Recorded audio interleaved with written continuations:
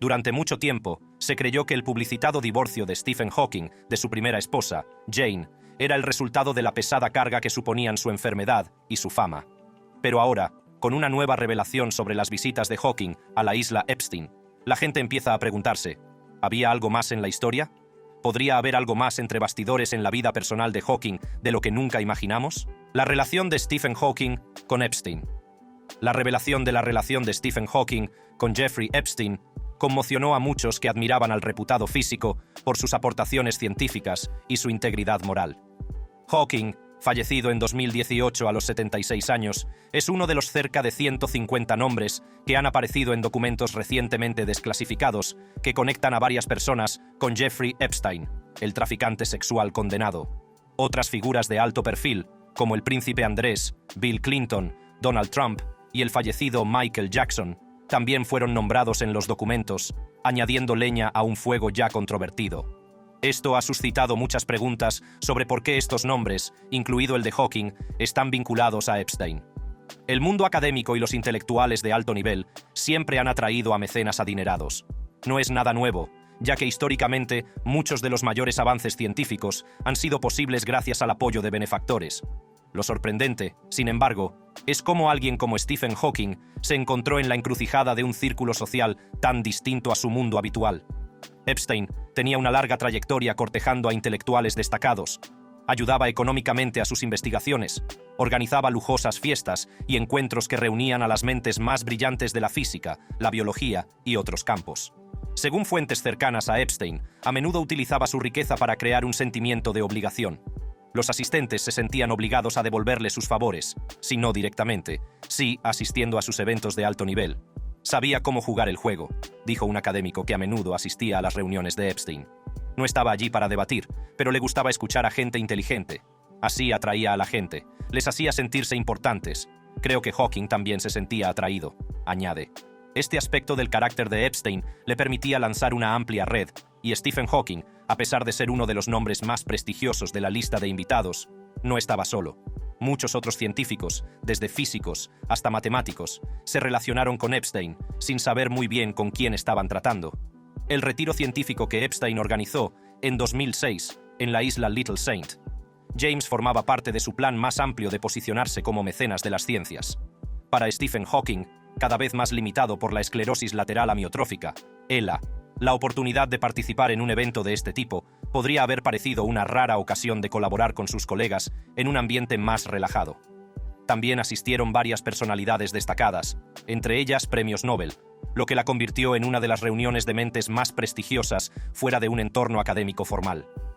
Uno de los asistentes, que prefirió permanecer en el anonimato, describió más tarde la isla como una mezcla de brillantes debates y extraña indulgencia. Señaló que las charlas científicas eran estimulantes e intelectualmente gratificantes, pero que el ambiente de la isla era extraño, incluso inquietante en ocasiones. Aunque la mayoría de los científicos se mantenían en sus discusiones, había una sensación de secretismo en el ambiente. Hawking, aunque físicamente presente en esta conferencia, puede no haber tenido la misma experiencia que los demás. Sus limitaciones físicas, debidas a la esclerosis lateral amiotrófica, le obligaban a recibir cuidados y atención constantes. Cabe destacar que durante esta conferencia, Epstein se aseguró de que Hawking tuviera todo lo necesario, asegurándose de que un equipo de enfermeras le acompañara en todo momento. Una fuente afirmó que Epstein se enorgullecía de hacer que el científico estuviera lo más cómodo posible, y se desvivió por ofrecerle la oportunidad de explorar la isla y el océano circundante. Las fotografías de la visita, que se hicieron públicas en 2015, muestran a Hawking realizando diversas actividades. En las imágenes se le ve disfrutando de una barbacoa, haciendo un crucero en barco y recorriendo el fondo marino de la isla en submarino. Para Epstein, acoger a alguien tan famoso como Hawking era una forma de mejorar su imagen. Ahora podía presumir de estar en compañía de una de las mentes científicas más influyentes del siglo, lo que le daba cierto prestigio. Varios participantes recuerdan a Epstein presumiendo de la lista de invitados. Le encantaba mencionar nombres, dijo un invitado. Para él, tener allí a Hawking era una gran victoria. Sin embargo, el lujoso entorno de Little Saint. James y la presencia de mujeres jóvenes sirviendo a los invitados levantaron algunas cejas. En aquel momento, ninguno de los asistentes podía saber en qué estaba metido Epstein, pero algunos comentaron que había una sensación de algo oculto bajo la superficie. No le dimos mucha importancia en ese momento, recordó un asistente. Pero ahora, mirando hacia atrás, todo parece más oscuro, sabiendo lo que sabemos sobre Epstein. Cuando estalló el escándalo Epstein, en 2019, tras años de acusaciones, muchas de las personas que en su día se habían mezclado con él se encontraron en el punto de mira. El nombre de Stephen Hawking surgió inevitablemente, ya que había asistido a la conferencia de 2006 en la isla de Epstein. Como era de esperar, los medios de comunicación se centraron rápidamente en esta conexión. A pesar de la gran reputación de Hawking, el mero hecho de que hubiera estado alguna vez en compañía de Epstein provocó una oleada de especulaciones sobre si estaba implicado en el tráfico sexual de menores de Epstein. Hubo rumores que circularon por Internet, algunos provocados por documentos judiciales malinterpretados. Uno de esos documentos incluía un correo electrónico de Epstein a su estrecha colaboradora, Ghislaine Maxwell, en el que Epstein expresaba su frustración por las acusaciones que implicaban a Hawking. En el correo electrónico, Epstein sugería ofrecer recompensas a quien pudiera desmentir las afirmaciones, lo que demuestra que incluso a Epstein le preocupaba proteger su asociación con una figura tan prestigiosa. Las acusaciones carecían de fundamento, dijo uno de los colegas de Hawking, que habló después de que empezaran a circular los rumores. Stephen no tenía capacidad para moverse con libertad, y mucho menos para participar en algo así. Su asistencia era puramente académica. Es importante reiterar que nunca ha aparecido ninguna prueba que vincule a Hawking con ninguna de las actividades con menores de edad que tenían lugar en la isla de Epstein. Puede que te hayas topado con alguno de esos memes virales sobre las supuestas inclinaciones de Stephen Hawking, pero fuentes creíbles han desmentido estas teorías. De hecho, ningún documento oficial menciona nada parecido. Una de las imágenes falsas que circulan por Internet muestra una conversación en la que alguien pregunta: ¿Jeffrey te habló alguna vez de las proclividades de Stephen Hawking? Seguida de una cruda respuesta. Sin embargo, todo es inventado. El estado de salud del científico también hace muy improbables tales acusaciones. Ni siquiera podía alimentarse por sí mismo, dijo más tarde una de sus enfermeras en una entrevista. Teníamos que ayudarle en todo. Es imposible que estuviera implicado en ninguna de esas cosas. A pesar de los rumores, la familia y los amigos cercanos de Hawking hicieron un gran esfuerzo por aclarar las cosas. Muchos consideraban injusto empañar el legado de Hawking por un único y desafortunado acontecimiento al que asistió sin pleno conocimiento de lo que ocurría a su alrededor. En el círculo íntimo de Epstein había una mezcla de personas que conocían sus actividades ilegales y otras a las que no se les dijo nada.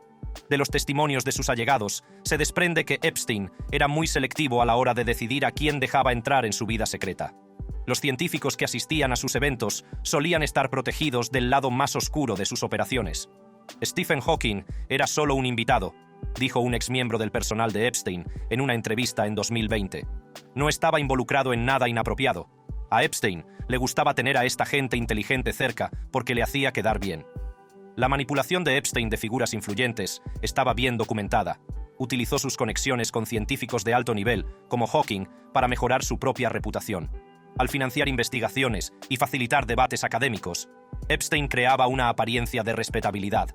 Un antiguo empleado dijo: «Era muy estratégico. Cuanta más gente respetada tenía cerca, más legítimo parecía». Varios científicos que habían asistido a los retiros de Epstein también apoyaban esta opinión. «Estábamos centrados en la charla científica», dijo un físico. «No teníamos motivos para sospechar nada.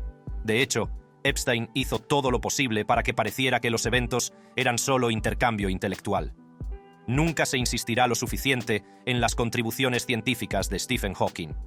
Su trabajo sobre los agujeros negros, la naturaleza del tiempo y el origen del universo ha cambiado fundamentalmente nuestra comprensión de la cosmología. Epstein, en cambio, representa el lado más oscuro de la riqueza y el poder, utilizando sus recursos para explotar a los vulnerables y manipular a los poderosos». El choque entre estos dos legados es sorprendente, sobre todo teniendo en cuenta que la relación de Hawking con Epstein fue breve e incidental.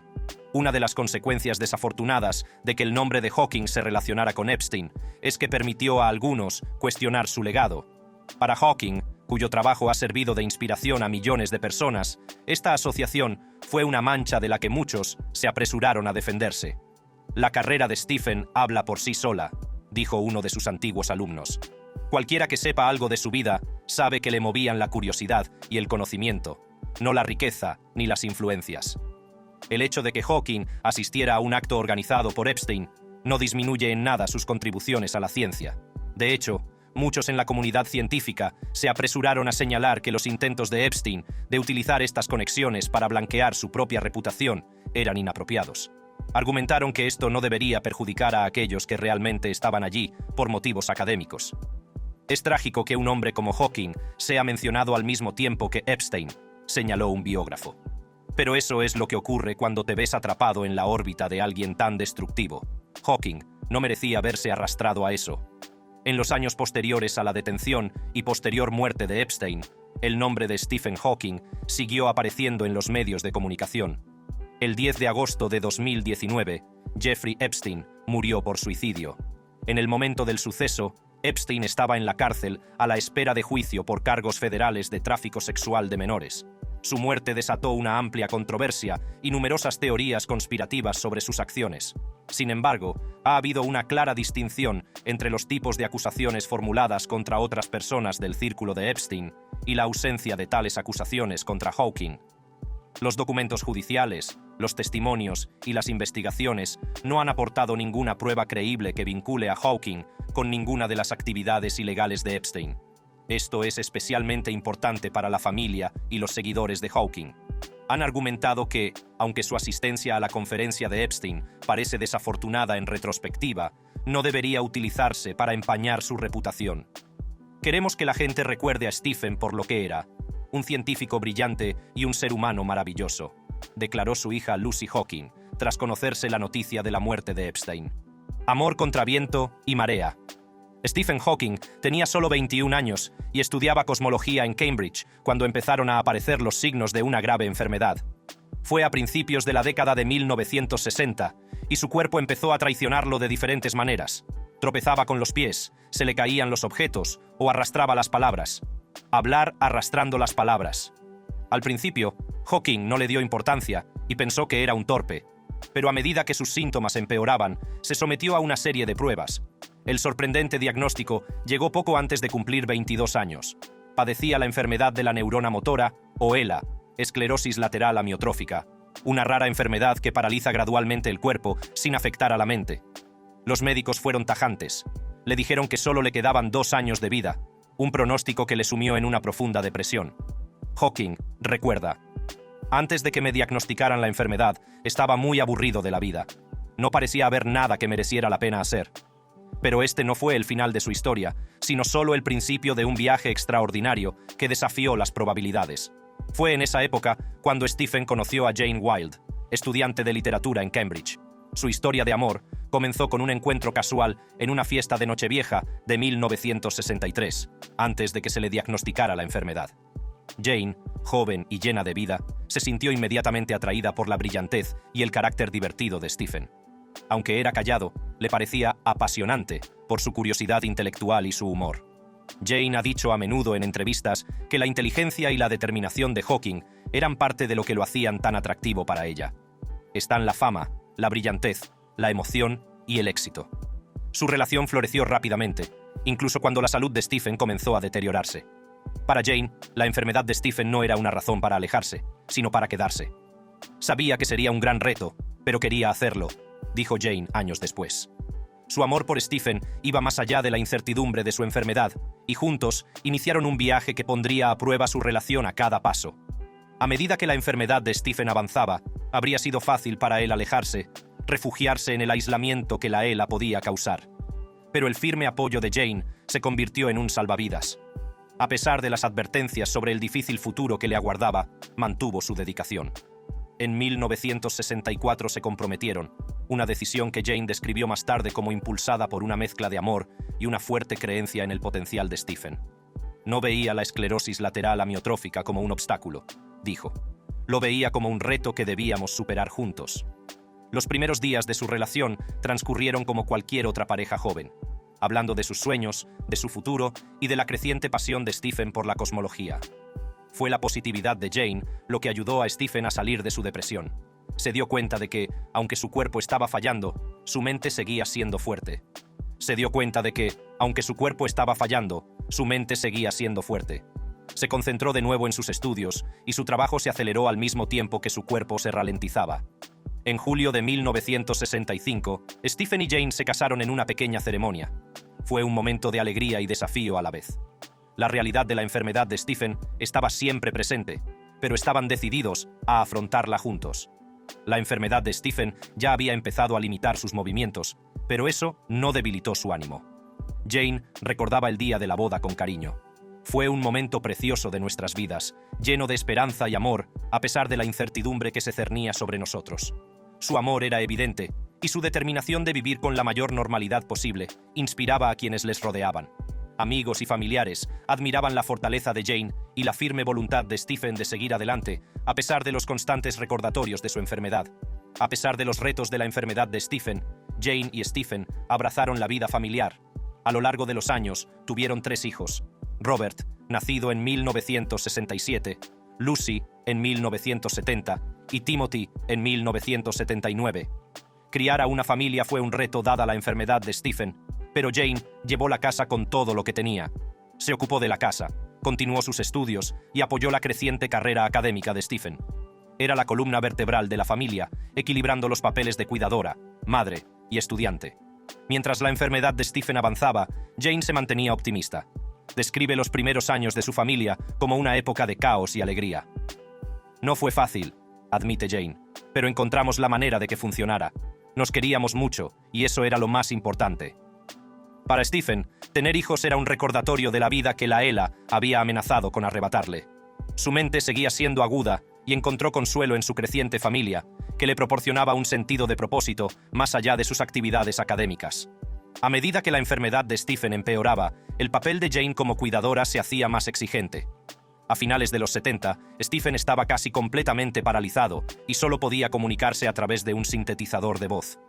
Jane soportaba el estrés emocional de cuidar a un marido con una enfermedad progresiva y también las exigencias físicas de criar a sus 3 hijos. Fue una experiencia agotadora y aislante. Hubo momentos en los que sentí que el peso del mundo recaía sobre mis hombros, confesó Jane en sus memorias, Traveling to Infinity, pero siguió cuidando de Stephen con el mismo amor y devoción que había demostrado desde el principio. Desarrollaron rutinas que permitían a Stephen seguir trabajando, mientras Jane se ocupaba de sus necesidades personales, las citas médicas y el hogar. Stephen también reconoció la pesada carga que llevaba Jane. En una entrevista dijo: «La devoción de Jane fue increíble. Sin ella, no habría podido lograr ni la mitad de lo que hice». A mediados de los 80, la carrera académica de Stephen había alcanzado nuevas cotas. En 1988, publicó Breve Historia del Tiempo, que rápidamente se convirtió en un gran éxito, vendiendo millones de ejemplares y haciéndole famoso. Pero con la fama llegaron nuevos retos. Aunque el éxito del libro trajo estabilidad financiera y reconocimiento, también supuso una gran presión para la familia Hawking. Jane describió este periodo como un arma de doble filo. Por un lado, el éxito del libro confirmó el trabajo de toda la vida de Stephen, proporcionándole una sensación de logro que pocos llegan a experimentar. Pero las exigencias de la fama, combinadas con el empeoramiento del estado de salud de Stephen, hicieron mella en su relación. «De repente, nuestras vidas dejaron de ser privadas», dice Jane. «Todo el mundo quería un pedazo de Stephen, y era difícil mantener intacta nuestra vida familiar». Su matrimonio fue puesto a prueba profundamente, revelando la profundidad de su amor y compromiso mutuo. Pero a pesar de los muchos desafíos, Jane permaneció junto a Stephen a través de todo. Sin embargo, el estrés emocional tiene un límite. La publicación de Breve Historia del Tiempo supuso un hito en la carrera de Stephen, pero también un punto de inflexión en su relación. En los años siguientes, Stephen y Jane empezaron a enfrentarse a retos abrumadores que hicieron mella en su relación. Y finalmente, tuvieron que enfrentarse a la realidad de que su matrimonio se estaba resintiendo. El matrimonio en apuros. A medida que la carrera de Stephen prosperaba, Jane Wilde se sentía cada vez más aislada. Sus propias ambiciones y deseos a menudo pasaban a un segundo plano. Tenía sueños y metas que iban más allá de ser una simple cuidadora, pero con las responsabilidades que conllevaba ser la esposa de Stephen Hawking, rara vez tenía tiempo para perseguirlos. Su fe le daba fuerza, pero se sentía fuera de lugar en un mundo en el que el ateísmo de Stephen dominaba las conversaciones. El ateísmo de Stephen Hawking se convirtió en una importante fuente de tensiones en su matrimonio con Jane, una mujer profundamente religiosa. Aunque su relación comenzó con respeto mutuo por las creencias del otro, las cosas cambiaron con el tiempo a medida que el ateísmo de Stephen se acentuaba y la fe de Jane se fortalecía. Al principio, podían reírse de sus diferencias. Jane dice que sus primeras discusiones sobre religión eran divertidas. Pero a medida que la fama de Stephen y su devoción por la ciencia se intensificaron, también lo hizo su rechazo de las ideas religiosas, y estas conversaciones se volvieron más personales e hirientes. Stephen era famoso por creer que el universo no requería un creador, una perspectiva difícil de aceptar para Jane. Ella necesitaba creer en algo más allá de las leyes de la física, que le parecían demasiado deprimentes y limitantes. Para Jane, la fe fue una fuente de fortaleza que la ayudó a soportar los muchos retos que suponía cuidar de Stephen a medida que avanzaba su era. Una vez dijo: «Mi fe me dio el apoyo y el consuelo que necesitaba para continuar durante esos duros momentos». A medida que su matrimonio avanzaba, el choque entre el ateísmo de Stephen y el cristianismo de Jane se hizo más profundo. Jane habló de lo difícil que era para ella que Stephen desestimara su fe, especialmente en momentos clave de sus vidas. Por ejemplo, durante un viaje a Israel, donde Stephen recibió un prestigioso premio, a Jane le dolió profundamente que Stephen declarara públicamente su ateísmo en una de las ciudades más religiosas del mundo. En una ocasión, describió su matrimonio como engullido por una gran ola de fama y fortuna, añadiendo que era como vivir a la sombra. A pesar de estas crecientes tensiones, Jane nunca abandonó su fe, e incluso describió momentos de su vida como milagros, especialmente cuando Stephen sobrevivió a enfermedades que ponían en peligro su vida. A Jane no solo le pesaba el trabajo físico de cuidar de Stephen, sino también la carga emocional. Sentía como si su identidad hubiera sido devorada por las constantes exigencias del cuidado y la falta de reconocimiento de sus sacrificios. En una sincera entrevista, dijo: «Stephen se convirtió en una figura increíble, pero en casa tenía que arreglármelas sola». Para empeorar las cosas, Jane tenía poco apoyo emocional de Stephen, que era notoriamente reservado sobre sus sentimientos. Nunca hablaba abiertamente del impacto emocional de su enfermedad, lo que dejaba a Jane sola con el peso emocional de la familia. La incapacidad de Stephen para reconocer emocionalmente su enfermedad dificultó que Jane conectara con él a ese nivel. Jane reflexionaría más tarde sobre esto, diciendo: «Stephen estaba centrado en su trabajo y yo tenía que soportar toda la carga emocional». Con el paso de los años, Jane se encontró recurriendo a Jonathan Hellier-Jones, el director del coro de su iglesia local, en busca de apoyo emocional. Jonathan, un hombre amable y compasivo, ofreció a Jane la compañía y comprensión que necesitaba desesperadamente. Su vínculo se hizo más fuerte con el tiempo, y Jane sintió alivio al tener a alguien que podía proporcionarle la conexión emocional que le había faltado en su matrimonio con Stephen. Mientras tanto, su relación no era un secreto, e incluso Stephen era consciente de ello. Jane ha declarado abiertamente que su relación no se basaba en la atracción física, sino en el apoyo emocional mutuo que se proporcionaban. «Jonathan me dio fuerzas», admitió Jane en una entrevista.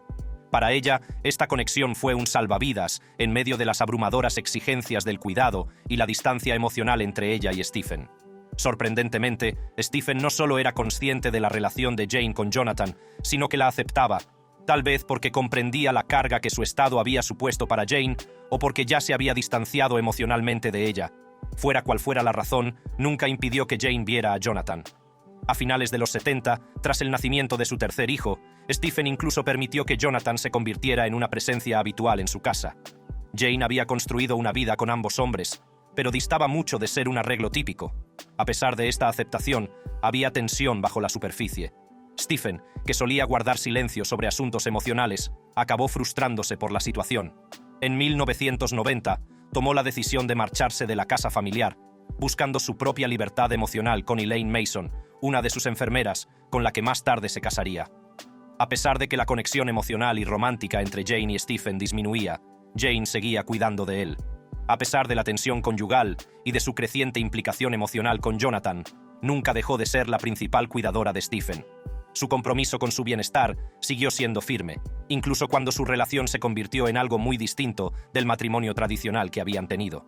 En 1985, cuando Stephen contrajo neumonía y fue conectado a un respirador artificial, las enfermeras aconsejaron a Jane que les dejara apagar la máquina y acabar con su sufrimiento. Sin embargo, Jane se negó y optó por mantener la máquina encendida, lo que acabó salvándole la vida. Aunque su matrimonio era tenso, Jane nunca puso en duda su dedicación al cuidado de Stephen.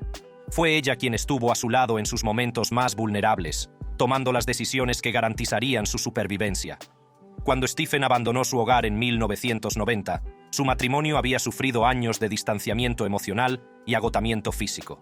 Jane, que había dado tanto de sí misma, dijo más tarde que la enfermedad de Stephen les obligó a entrar en su pequeño agujero negro, del que nunca pudieron salir del todo como pareja. Ahora bien, ¿no sería interesante investigar qué pasó con Stephen después de que se marchara? El punto de inflexión. A principios de los 90, la vida de Stephen Hawking dio un giro radical cuando se mudó de su casa familiar para estar con Elaine Mason. Stephen había conocido previamente a Elaine, que fue contratada como su cuidadora. Mientras tanto, Elaine estaba divorciándose de su marido, David Mason, un ingeniero que trabajaba en el sintetizador de voz de Hawking. A pesar de que ambos estaban casados, Stephen y Elaine establecieron una profunda conexión, y su amistad acabó convirtiéndose en una relación romántica. Los dos sentían una pasión compartida que Jane y Stephen parecían haber perdido con el paso de los años. En 1995, tras años de distanciamiento, Stephen y Jane se separaron oficialmente, poniendo fin a un matrimonio que había resistido tanto, pero que ya no podía sobrevivir. Tras su separación, Stephen pudo continuar su relación con Elaine Mason. No pasó mucho tiempo antes de que le propusiera matrimonio a Elaine. Los dos se casaron en 1995, solo unos meses después de que su divorcio de Jane fue finalizado. Para Stephen, era un nuevo comienzo, una oportunidad de experimentar un tipo diferente de pareja. Sin embargo, no tardó en darse cuenta de que se había equivocado.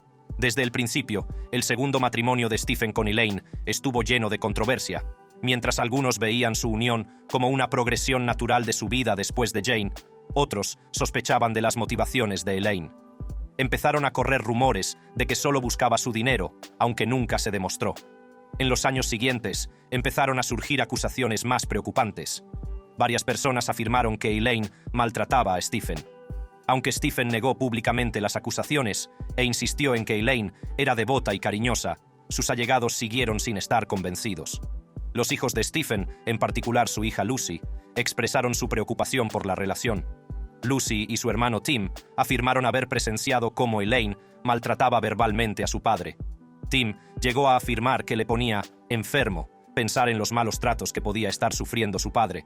Sin embargo, a pesar de estas inquietantes afirmaciones, nunca hubo pruebas suficientes para acusar a Elaine, y el propio Stephen negó sistemáticamente que se hubieran producido malos tratos. Las acusaciones eran lo suficientemente graves como para que la policía iniciara una investigación en 2004, entrevistando a las personas cercanas a Stephen, incluidos su personal y su familia. A pesar de estos esfuerzos, no se encontraron pruebas concretas y el caso se cerró sin que se presentaran cargos. A día de hoy, se sigue especulando sobre la verdadera naturaleza del matrimonio de Stephen y Elaine. Algunos creen que Stephen, que era extremadamente orgulloso y reservado, nunca habría admitido ser una víctima, aunque las acusaciones fueran ciertas. Mientras Stephen se embarcaba en un controvertido segundo matrimonio, Jane también encontraba de nuevo el amor. En 1997, 2 años después de divorciarse de Stephen, Jane se casó con Jonathan Hellier Jones, un músico y amigo de la familia que había sido una fuente de consuelo para ella durante los últimos años de su matrimonio con Stephen. La relación entre Jane y Jonathan había desatado rumores de engaño durante su primer matrimonio, aunque tanto Jane como Jonathan negaron cualquier relación romántica mientras ella seguía casada con Stephen. Su matrimonio fue un asunto tranquilo, en marcado contraste con la atención pública que rodeaba a Stephen y Elaine. Para Jane, supuso un nuevo capítulo en su vida, en el que podría encontrar la felicidad personal tras años a la sombra de la fama y la enfermedad de su marido. A pesar de estar casada con otro hombre, Jane siguió siendo una presencia activa en la vida de sus hijos. También mantuvo una relación cordial con Stephen, a pesar de las dificultades a las que se habían enfrentado. Tras más de una década juntos, el matrimonio de Stephen y Elaine llegó a un dramático final en 2006. Su divorcio fue tan controvertido como su matrimonio, con amigos y familiares de ambas partes especulando sobre las razones de su ruptura. Algunos sugirieron que Stephen se había cansado del comportamiento controlador de Elaine, mientras que otros creían que la carga de su enfermedad era demasiado pesada para su relación. En los años siguientes a su divorcio, Elaine desapareció de la escena pública, negándose a hablar de su matrimonio con Stephen o de las acusaciones que habían plagado su tiempo juntos. Stephen, por su parte, se reencontró con su primera esposa, Jane, y sus 3 hijos. Aunque su relación sentimental había terminado hacía tiempo, Stephen y Jane consiguieron reconstruir su amistad en los años posteriores al segundo divorcio de él. Encontraron puntos en común en su historia común y en la familia que habían construido juntos. El 14 de marzo de 2018, Stephen Hawking falleció a los 76 años. Su muerte supuso una gran pérdida para la comunidad científica y para el mundo en general. La familia de Hawking emitió un comunicado en el que decía: «Nos entristece profundamente que nuestro querido padre haya fallecido hoy. Fue un gran científico y un hombre extraordinario cuyo trabajo y legado perdurarán durante muchos años». Hawking había desafiado las probabilidades durante más de 5 décadas, viviendo mucho más de lo que los médicos habían predicho cuando se le diagnosticó ELA a los 20 años. A pesar de estar confinado a una silla de ruedas y de no poder hablar sin la ayuda de un ordenador, Hawking siguió trabajando, publicando e inspirando a millones de personas en todo el mundo. El funeral de Stephen Hawking tuvo lugar en la iglesia Great Saint, Mary de Cambridge, con la asistencia de Jane y sus hijos. Tras el funeral, Stephen fue enterrado en la abadía de Westminster, junto a gigantes de la ciencia como Isaac Newton y Charles Darwin. Así se honró su legado, asegurando que Stephen Hawking sería recordado durante generaciones. Gracias por vernos. Si ha disfrutado viendo este vídeo, haga clic en uno de los recuadros que aparecen en su pantalla para ver más contenidos similares.